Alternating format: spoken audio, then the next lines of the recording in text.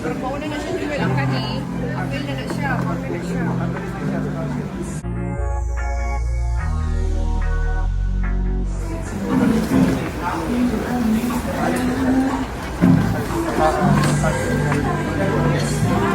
Super mauna na siya Jewel ang kani.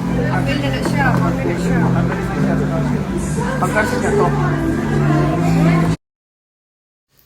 Nakakatuwa nga ang mag-asawang Manny Pacquiao at Jinky Pacquiao. Excited na nga sila sa kanilang magiging apo dito kay Jimwell.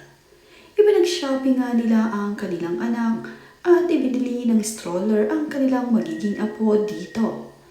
Nakakatuwa nga ang mag-asawa na abala sa pamimili ng mga gamit ng kanilang apo. Bumili nga sila ng stroller at makikita nga dito na talaga namang pinipili ni Manny at Jinky Pacquiao ang pinakamagandang stroller para sa kanilang unang apo dito kay Jimwell.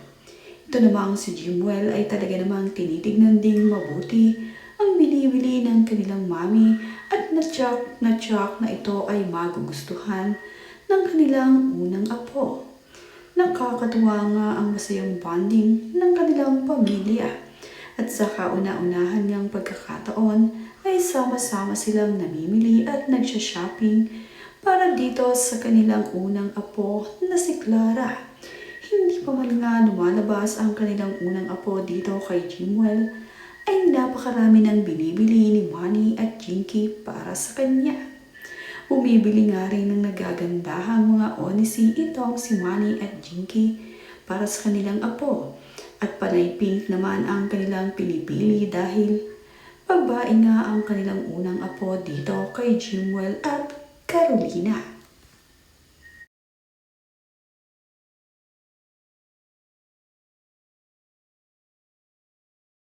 Di pa man nga lumalabas ang kanilang apo na si Clara, ay sobrang dami ng pinamili ni Manny at Jinky na mga damit para sa kanya.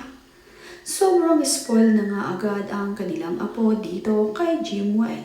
Palibhasa na kasi ay unang apo at sobrang excited, ay ganoon na lamang sa pagsha-shopping itong si Manny at Jinky.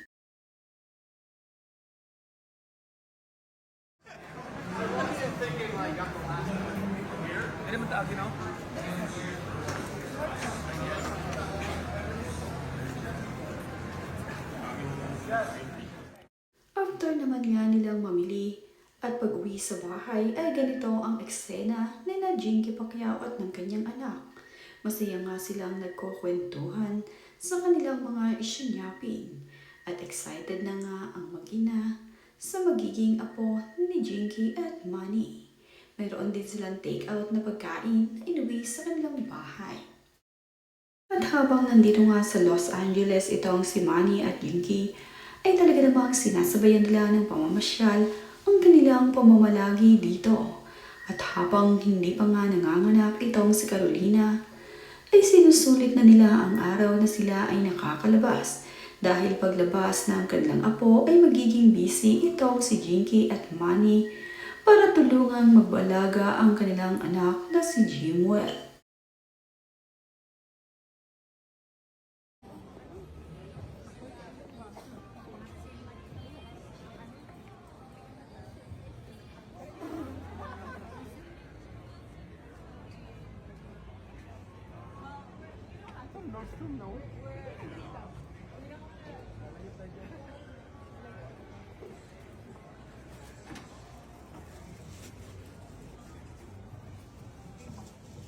Elevator. Oh, yeah.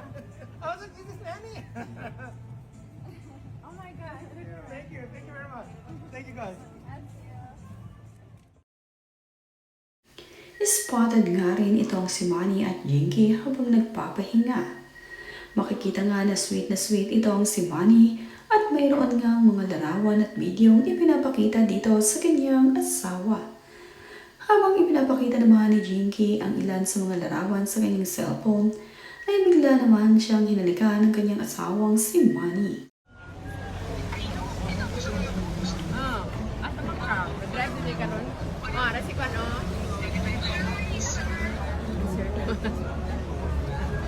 Sir, yun? Birthday ka.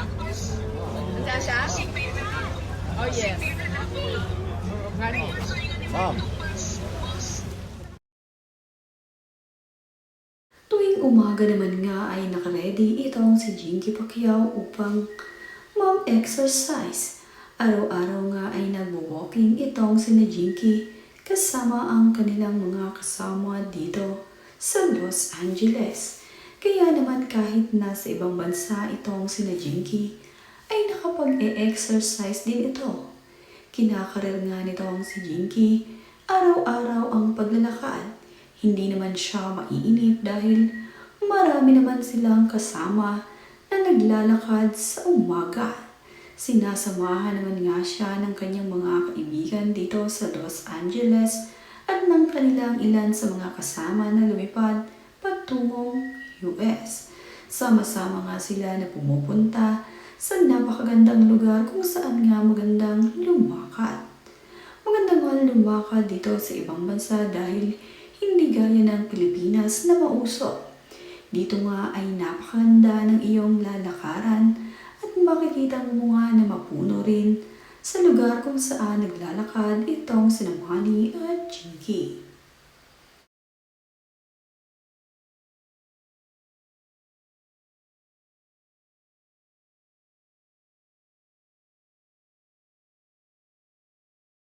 Ito namang si Manny ay mayroon ding alagang aso dito sa US at tinawag nga din nila itong Pacman Dog.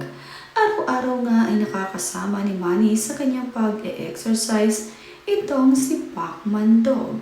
Taliw na aliw itong si Manny at talaga namang giliw na giliw dito dahil napakalambing nga ng asong ito. At ito namang si Jinky ay tila model sa kanyang mga larawan. Napakaganda nga at press na press nitong si Jinky Pacquiao sa kanyang mga larawang ibinabahagi. Ikaw na talaga, Jinky, ang maganda.